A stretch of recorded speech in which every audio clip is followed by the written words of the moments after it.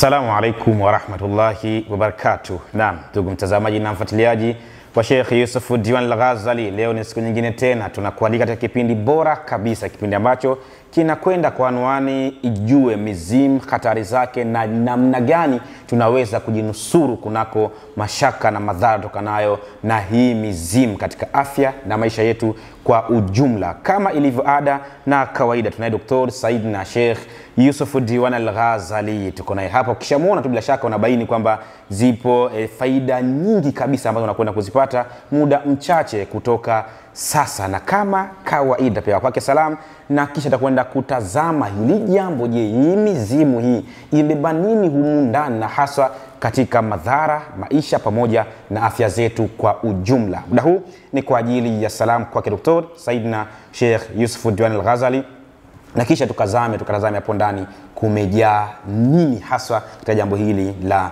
mizimu. Dr. Said na Sheikh Yusuf Diwan Al-Ghazali. Yalla. Assalamu alaykum wa rahmatullahi wa barakatuh. Wa alaykum assalam wa rahmatullahi wa barakatuh. Na vipi hali yako Dr.? Wallahi hali namshukuru Allah subhanahu wa ta'ala. Na hasa ukizingatia leo ni mwezi 8 katika mwezi mtukufu wa Ramadhani.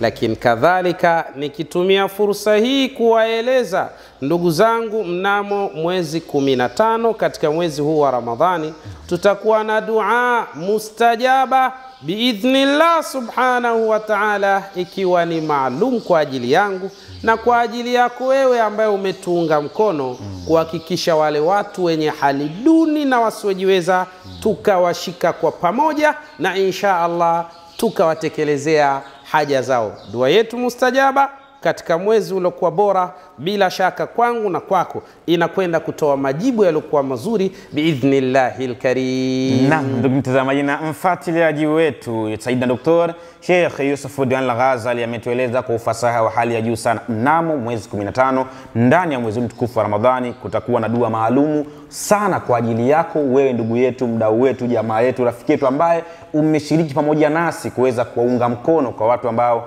wana mahitaji na wakatekeleza zile taratibu za kuweza na wao wapate mahitaji ya muhimu. Ndani ya mwezi mtukufu wa Ramadhani itafanyika dua maridhawa mno, dua ambayo ni dua mustajaba ndani ya mwezi 15 hivi. Wewe ambaye haujashiriki pamoja nasi kuweza kuunga mkono watu ambao wasiojiweza ndani ya mwezi mtukufu wa Ramadhani, basi tumia fursa hii nawe kufanya chochote kwa ajili ya kuweza kuwafikia na kuwagusa watu ambao wenye mahitaji ya muhimu ndani ya mwezi mtukufu wa Ramadhani, ili mambo yawe katika hali iliyokuwa bora kabisa. Tumia muda huu, nafasi hii, kuweza kuwasiliana na Dr. Said na Sheikh Diwan Al-Ghazali ili kuweza kupata taratibu wa namna ya kuweza kuchangia katika yale ambayo utakayoweza kuwezeshwa na Allah subhanahu wa ta'ala, kuna kuwagusa wale ambao wana mahitaji ya muhimu sana ndani ya mwezi mtukufu huu wa Ramadhani. Bila shaka kheri nyingi zitapatikana, na malipo ya kuweza kufanyika hayo ni watu kukufanyia dua wewe pamoja na familia yako pamoja na ndugu yako kunako mwezi mtukufu wa Ramadhani. Hili ni la kipekee, usikose kabisa kulifanya hili jambo, kwa lina fadhila nyingi na malipo mengi kabisa. Hivyo tumia fursa hii na wakati huu kuweza kufanya hili jambo kwa nguvu, kwa hari na kwa hamasa kubwa, ukiamini kuwa Allah subhanahu wa ta'ala atakupa katika yale yaliokuwa mazuri kabisa biidhnillah subhanahu wa ta'ala. Kumbuka kama kipindi chetu hewani ni ijue mizimu, hatari zake na namna gani unaweza ukajinusuru kunako masala haya ya mizimu. Tumetazama katika vipindi vilivyopita katika hatua mbalimbali, tukaona namna ambavyo mikataba inavyokwenda baina ya hawa watu ambao katika ukoo au wale naita machifu pamoja na wale wana wa ukoo wanavunja mikataba na hawa mizimu. Sasa leo ninalo swali muhimu tena kwake Said na Dr. Sheikh Yusuf Diwan Al-Ghazali. Muda mfupi sasa tutakwenda kutazama na kujua hilo swali, je, liko katika hali ya namna gani? Dr. Said na Sheikh Yusuf Diwan Al-Ghazali. Yalla. Leo ninayo maswali makubwa matatu ya msingi. Sahih. Swali langu la kwanza kabisa, tunaomba kujua, je, kuna mahusiano gani baina ya mizimu au mzimu pamoja na uchawi? Hili ni swali langu la kwanza kabisa ambalo nataka mimi pamoja na wasikilizaji wetu wanaofuatilia waweze kujua, je, mahusiano haya yako vipi? Je, kuna mahusiano yoyote baina ya hii mizimu pamoja na uchawi? Naam. Al-akhi Sheikh Hussein bin Diwan. Yalla. Yapo mahusiano makubwa sana baina ya mizimu na uchawi. Allahu akbar. Maana yake ni kwamba yani hii mizimu ni ukufunzi katika sala zima la uchawi katika hali ya aina moja au nyingine. Na ndio maana matendo ambayo yanayofanywa na mizimu ni matendo hatari sana sana sana kabisa. Kitaalamu sisi tunasema inna mu'dhama al-adyani at-tawhidiyati wal-adidi min al-adyani wath-thaqafat ya'taqiduna annama huwa ma'rufu bil-kahana bismi al-kahanati wal-mumarasati as-sihriyya wal-wasata ma'a al-arwahi hiya naw' min anwa'i al-ittisal al-jasadi ma'a al-ashbah. Allahu akbar.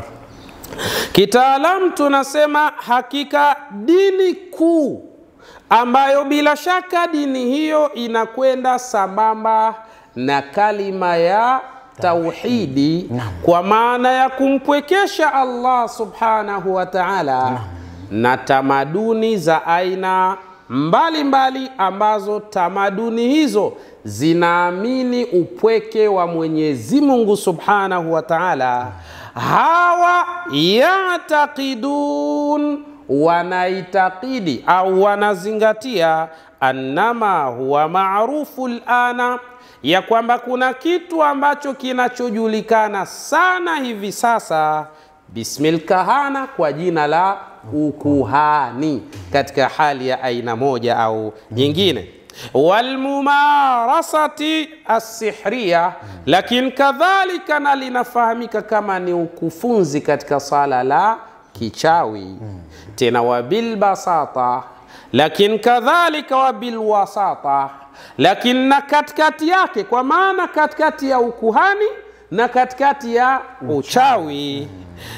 Ma'al arwah, hapa sasa kuna zile roho chafu chafu zile, kwa maana mapepo machafu machafu haya yanaandamana kwa pamoja. Kitaalamu anasema hiya naw'u min anwa'il ittisali jasadi, kwa maana hivi vikikutana vinatengeneza moja miongoni mwa aina za mawasiliano ya kimwili au mawasiliano ya kimiili ya wana wa ukoo au wana wa familia katika hali ya aina moja au nyingine. Matena katika hali ya namna hiyo inakuwa ni mawasiliano ma'al ashbahi, pamoja na mizimu katika hali ya aina moja au nyingine. Maana yake al-akhi Sheikh Hussein bin Diwan, Yalla, ukuhani kwa maana uganga wa kishirikina ukiambatana na uchawi, lakini ndani yake kukana al-arwahul khabitha, kwa maana maroho, yani maroho yale machafu machafu. Basi hivi vikiungana kwa pamoja vinatengeneza al-ittisalul jasadiyu ma'al ashbahi, yani vinatengeneza mahusiano ya kimiili ya wana wa ukoo au wana wa familia pamoja na mizimu katika hali ya aina moja au nyingine. Kwa maana hiyo kuna mahusiano makubwa sana baina ya uchawi mzito mzito na mizimu katika hali ya aina moja au nyingine. Ndio maana matendo yake ni matendo ya hatari sana sana sana. Kuna tokea mauaji. Al-akhi Sheikh Hussein bin Diwan, Yalla, nimewahi kupigiwa simu mimi na mtu katika ardhi ya Iringa. Huyu mtu alipata mtihani mzito sana ambao bila shaka ulimkosesha amani. Alihangaika sana mpaka ilipofikia alipokuja kwetu. Alhamdulillah, tunamshukuru Mwenyezi Mungu, tulijua zile step za kukanyaga. Mwenyezi Mungu akamlinda na kumnusuru katika mashakili haya. Huyu bana alitokea mtu mmoja, yeye alikuwa katika, yani ametoka kazini kwake, sasa anarudi nyumbani. Wakati anarudi nyumbani amefika barabarani, njiani hivi akawa ameona kuna pesa ya zamani, yani kama kishilingi hivi, lakini ni katika zile pesa za zamani. Akaiogota ile shilingi. Baada ya kuiokota ile shilingi kaenda nayo nyumbani, akafika ameweka katika dressing table yake. Ameweka ile pesa Yeye akijua tu ni pesa ya kawaida tu, yani amechukua kama vile yani hivyo tu. Basi cha ajabu yule bwana ameweka ile pesa imelala pale. Asubuhi anaamka kutaka kwenda kazini, anatazama pale katika dressing table akakuta pesa nyingi sana ambazo zinakadiriwa kufikia milioni 9 kwa pesa ya Tanzania. Yani ilikuwa ni milioni 9 iko pale.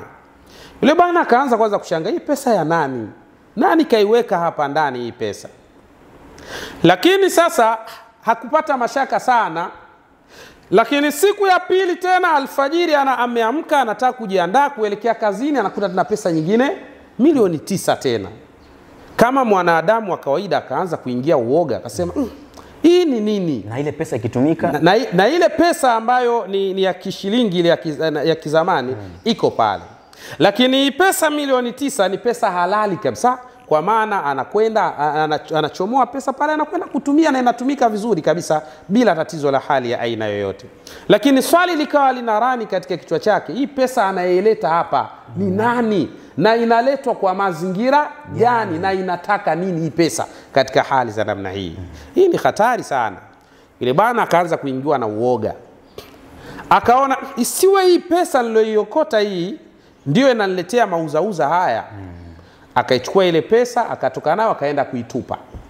Cha ajabu ameitupa, akirudi nyumbani anakuta ile pesa iko pale pale ambapo alipokuwa ameiweka. Hapa sasa ndo akili ikaja, akaona hii sio kitu ya kawaida. Si kitu ya kawaida kabisa hii. Sasa kilichotokea baada ya hapo sasa, ilipofika siku ya 5 baada ya matukio haya, kila siku analitoa milioni 9, milioni 9, milioni 9. Siku ya 5 akawa amepatwa na maradhi mdogo wake ambayo wanaofuatana. Baada ya yeye anayefuatia ni mdogo wake anayemfuatia aliyomwachia ziwa. Akawa ameumwa sana na kichwa kiliuma kwa muda mfupi sana.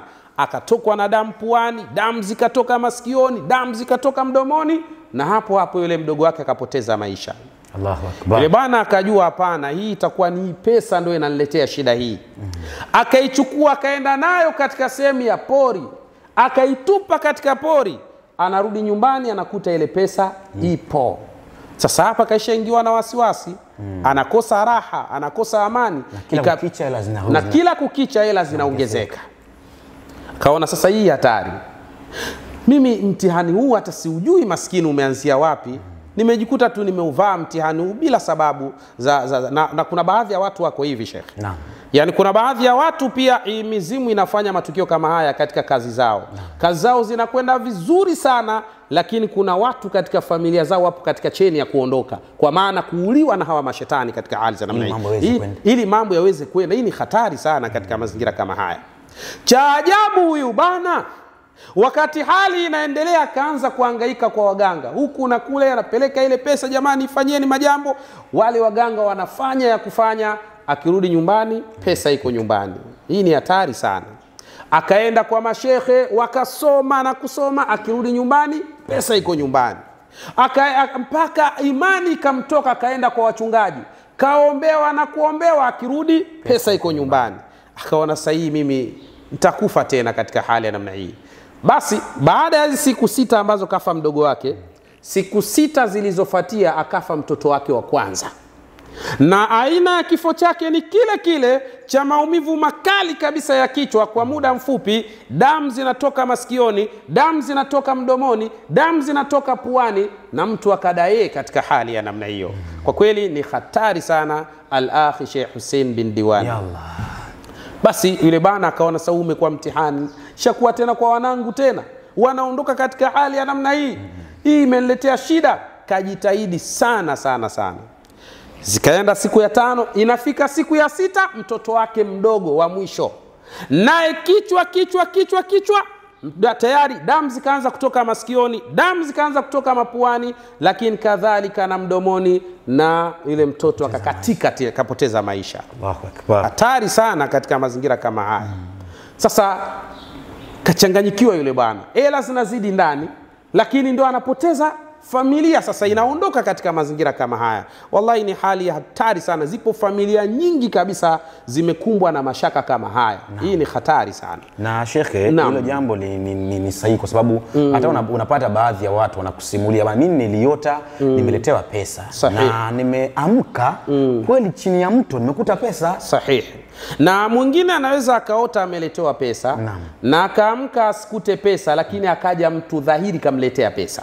Akaja mtu kabisa katika yakadha yake, tena anayemjua kabisa, fulani bana mimi nimekuja, alhamdulillah nimepata riziki na wewe shika hii. Hatari sana katika mazingira kama haya. Basi yule bwana mkubwa ndio nikapigiwa simu mimi, Sheikh bana, huku kuna habari zipo kadha kadha kadha kadha kadha. Basi nilichowaambia wale mabana, nikawaambia hapo mlipo msitoke na hiyo hela msiitoe, kwa sababu tunajua step za namna ya kukanyaga. Wewe umedandia gari kwa mbele, maana yake hii haikuwa yako. Umejikuta umeivaa katika hali ambayo maskini hata hujui ilikuwa katika hali ya namna gani. Kuna watu washatega mitego yao. Sasa network imekosewa, inakuja kwako, ndio shida iko hapo katika hali za namna. Sasa tunafanyaje? Nikamwambia hapo hapo mlipo inatakiwa mstoke. Cha msingi fanyeni utaratibu, hakikisheni mnaandaa mafuta ya gari yetu ili sisi tuondoke tuje mpaka hapo, alafu inshallah mambo mengine yataendelea hapo. Basi wale mabwana akatumia pesa, sisi tukaandaa mafuta ya gari yetu, tukaandaa usafiri mpaka Iringa. Tulipofika pale Iringa tukawaambia hiyo pesa iacheni hapo hapo ilipo, na sisi tukalala pale ndani. Basi baada ya pale tukaanza kupita katika zile njia za kutegua. Tukategua ile, tukamwambia achukue pesa naenda kaitupe. Akachukua ile pesa kaenda kuitupa, ikatokomea huko huko, haikurudi tena. Familia zikabaki salama. Lakini panahitaji timing ya hali ya juu, panahitaji maarifa ya hali ya juu, panahitaji ilmu ya hali ya juu katika kutegua masala haya ya kimizimu. Na ajabu sasa, huu ulikuwa ni mzimu ambao hautokani na ukoo huu. Yani ulikuwa ni mzimu wa ukoo mwingine kabisa, tena wala ulikuwa hauhusiani kabisa na ukoo ule. Na hii ndio ngumu sana katika kuitegua katika hali ya aina moja au nyingine. Alhamdulillah tulikanyaga zile step, tukamaliza ule mchezo mapema kabisa. Allah akajalia kila la kheri katika hali za namna hiyo. Kwa hali hiyo sasa ndio tunasema ya kwamba mashaitani, yani hawa mizimu katika hali ya aina moja au nyingine ni mahusiano ambayo yanayotengeneza network baina ya miili ya wana wa familia au wana wa ukoo pamoja na mzimu wenyewe katika hali ya aina moja au nyingine. Haitho haramatiha jami'ul adyani tauhidiyya.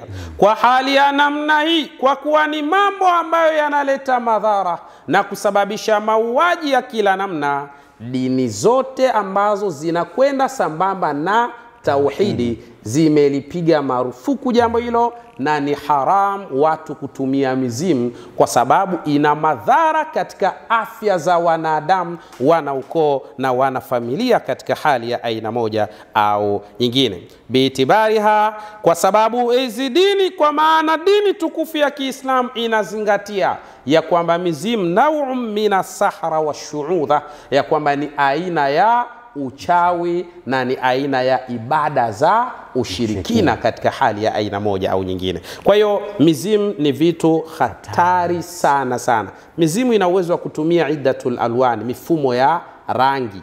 Ni lazima ujue mzimu huu umetumia rangi gani, ili rangi gani ambayo kwayo ina uwezo wa kuja kufifiza na kumaliza rangi hii ilokuwepo biidhnillah subhanahu wa ta'ala. Ndio maana tukasema kuna step maalum za kukanyaga, na hili jambo sio la kulikurupukia.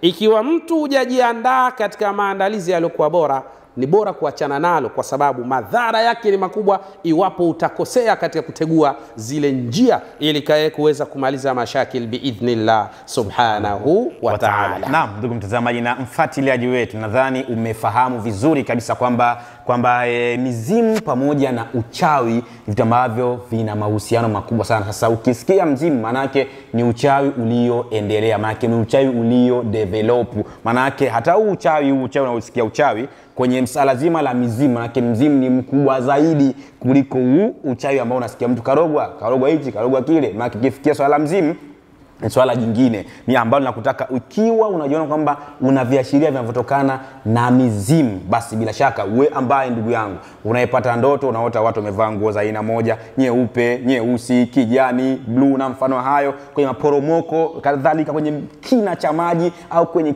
kina cha maporomoko, basi wewe ndugu yangu ni miongoni mwa watu ambao wanaviashiria kwamba mizimu ndani ya familia hiyo, ndani ya ukoo huo tayari imekita kambi. Maana yake ina madhara makubwa itakwenda kufanyika ndani yake. Samini kwambie tu nini cha kufanya. Cha kufanya ni kumtafuta Dr.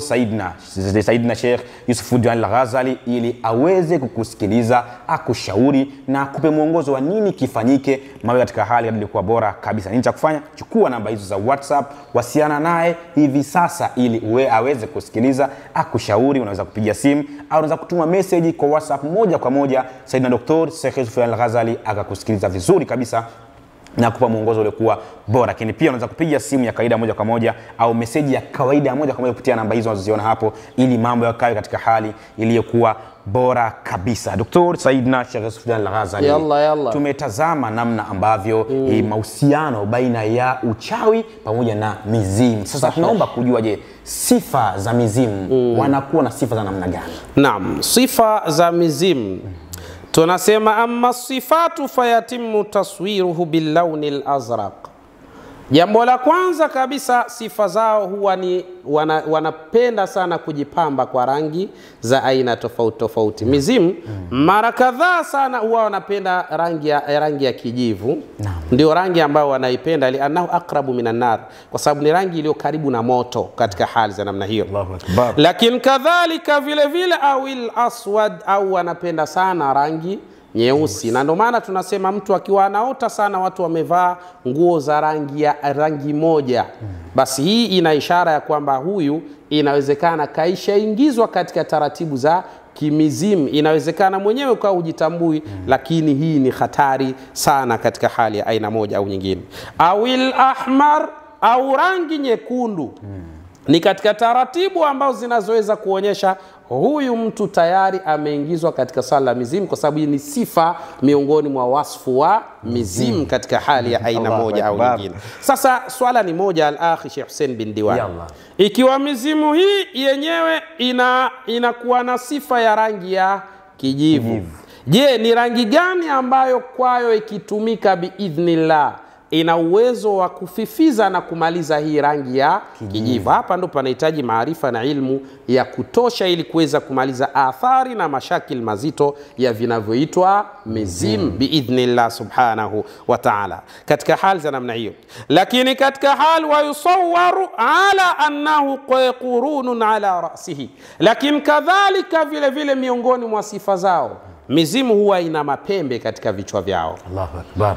Ndio maana kuna baadhi ya wale watu wanaopandisha mizimu, utaona anavaa baadhi ya ngozi ya wanyama, alafu anavaa kikofia kina mapembe, anakuwa katika hali za namna. Sio bahati mbaya, hizo ndio min awsafi katika sifa za al-ashbahi, hii mizimu katika hali ya aina moja au nyingine. Kwa hiyo wanakuwa hivyo katika mazingira kama haya. Lakini baadhi ya mizimu ya baadhi ya koo inakuwa laisa laha qurunun, haina mapembe katika hali yenyewe, iko flat na vipara na mfano wa hayo katika mazingira kama haya. Kwa hiyo ni hatari sana. Hizi ndio sifa ambazo fayukhadhu ala mahmalil jadd. Lakini mara nyingi sana hii mizimu huwa inachukua sura ya mababu waliokufa au mabibi waliokufa. Mara nyingi inachukua taswira yao, mara nyingi inachukua zile pozi zao, mara nyingi inachukua sauti zao, matendo yao na mfano wa hayo katika mazingira kama hizi. Ndio wasfu au sifa za mizimu kwa uchache katika hali ya aina moja au nyingine. Saidna Dr. Sheikh Yusufuddin Al-Ghazali, tumetazama katika hatua ambazo tulizotembea nazo hapa. Sasa kuna habari zile ambazo tuliziona katika kipita cha mikataba. Sasa je, vipi endapo huyu mwanafamilia au mwanaukoo akivunja mkataba baina yake yeye na mizimu, je, kipi kinaweza kujitokeza baada tu ya kuvunja huo mkataba? Wataalamu wanasema wakana yu'taqadu adatan anna ash-shakhs alladhi abrama ittifaqa قد وعد الأشباح أيضا بقتل أطفال أو نذرهم له عند ولادتهم. Anasema kwamba watu wanaitakidi, na ndivyo ilivyo hasa, anna ash-shakhs alladhi, ya kwamba mtu ambaye abrama ittifaqa, ambaye aliyevunja makubaliano au mkataba ule wa hawa mizimu, qad wa'ada al-ashbaha aidha biqatli atfal, basi ni maana yake ni sawa na mtu ambaye amefunga naye miadi maalum ya kwamba sasa ataanza kutafuna watoto katika hali ya aina moja au nyingine. Maana yake mtu akivunja makubaliano baina yake yeye na mzimu, basi mzimu utakachofanya ni kuanza kutafuna au kuua watoto katika hali ya aina moja au nyingine. Ni vitu hatari sana, na lau kama utaona katika ukoo wako kuna mambo haya ya mizimu, chukua jitihadi za maksudi uweze kunusurika na mashakili haya biidhnillah. Au kadhalika kuweka nadhiri. Kwa maana nadhiri ni nini? Maana yake kiwepo kitu ambacho kitachokuja kukaa sehemu ya mtoto, maana yake kichukuliwe hicho badala ya mtoto katika hali ya aina moja au nyingine. Maana yake sasa, ndio hapo sasa mtu itabidi saa chukuliwe ima mke au mume au shangazi au mjomba au mtu wa karibu katika hali ya aina moja. Huyu ndio nadhara au nadhiri ambayo inakuja kukaa sehemu ya mtoto katika hali ya namna moja au nyingine. Au kadhalika itakuwa miongoni mwa makubaliano yao ni kwamba huyu mtu ambaye ameweka makubaliano na mizimu, mkewe au mtoto wake au mke wa mtoto wake au yoyote wa karibu yake, kuwe na makubaliano ya kwamba pakinaswa ujauzito, kazi yake ni kutoa ujauzito, kwa sababu anakula wale watoto ambao walio katika matumbo ya kina mama. Hii ni hatari sana. Mizimu ni vitu vya ajabu mno, ni vitu hatari sana katika hali ya aina moja au nyingine. Kwa hali hiyo sasa, bila shaka utaona ittahamatil adidu min alqabilat, utaona kuna tuhuma nyingi sana kutokana na makubaliano baina ya wanaukoo na mizimu. Utaona kuna tuhuma nyingi sana bihadhihi natija adadun wafayatil atfal, kwa sababu koo hizo zitaripoti idadi ya vifo vingi sana vya watoto, vya wajukuu, vya watu wa karibu na mfano wa hayo katika hali ya aina moja au nyingine. Hivyo utabaini mizimu ni vitu hatari sana. Kama kuna mtu anapata pesa kwa kutumia mizimu, basi ufahamu kabisa wana wa familia au wana ukoo wapo hatarini katika hali ya aina moja au nyingine. Cha kufanya ni nini? Ni kukata ule waya wa network baina yako wewe na mizimu. Inakatwaje? Kwa kusema tu mistaki? Hapana, kuna taratibu, kwa sababu mzimu huwezi kukimbia.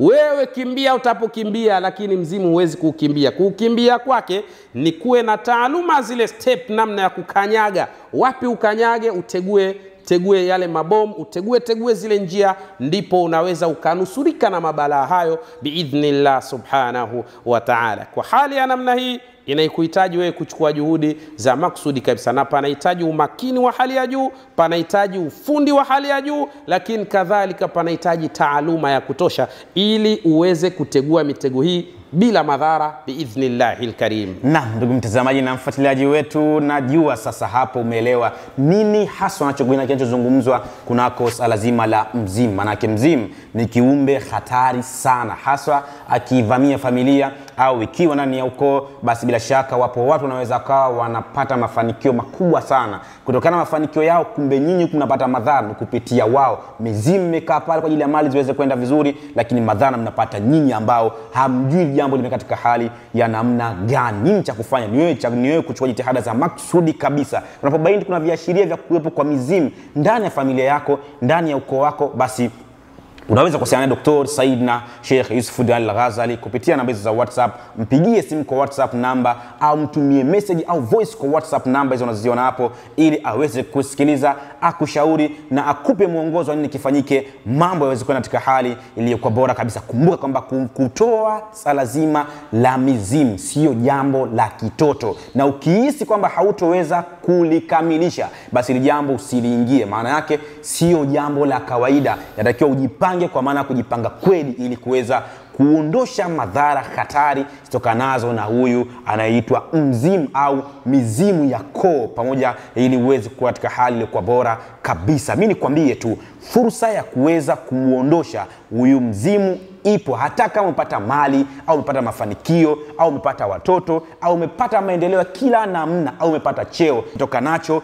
na hawa mizimu wameshikilia hapo kufika hapo ulipofika, uwezekano wa kukata mahusiano nao au mawasiliano nao hawa mizimu upo, isipokuwa zipo njia za muhimu sana zinatakiwa zifuatwe. Zikifuatwa hizo, basi unaweza kubaki na mali yako isiathirike kwa namna yoyote ile, ikiwa tu zile njia taratibu zitafanyika. Nini cha kufanya? Chukua tu fursa ya maksudi kabisa kumtafuta na kuwasiliana naye Dr. Saidna Sheikh Yusuf Diwan Al-Ghazali kupitia namba hizo kwa WhatsApp namba. Mpigie simu au tuma voice au tuma message, aweze kusikiza, kushauri na kupenjia fasaha kabisa kuweza kutatua jambo hili kikamilifu kabisa biidhnillah subhanahu wa ta'ala. Lakini pia unaweza kupiga simu ya kawaida au kutuma message ya kawaida, ukaweza kusikiliza, ukashauriwa na ukapewa mwongozo uliokuwa bora kabisa. Kheri nyingi zitapatikana. Mimi nikwambie tu, endelea kuwa nasi wa kipindi chetu kijacho ili kuendelea kuvuna na kutazama hatari na kujua namna gani unaweza kujinasua kunako masala mazima haya ya mizimu. Nikwambie, endelea kuwa nasi hapa kwa Sheikh Yusuf Diwan Al-Ghazali kwa vipindi vyetu vijavyo na vipindi vingi kabisa kwa faida kem biidhnillah subhanahu wa ta'ala. Assalamu alaikum wa rahmatullahi wa barakatuh. Waweza kumtafuta kwa WhatsApp namba 0712316222 au 0756634277 au unaweza kupiga simu ya moja kwa moja kwa namba zifuatazo. Waweza kuwasiliana naye kupitia simu namba 0748869733 na 0659869734.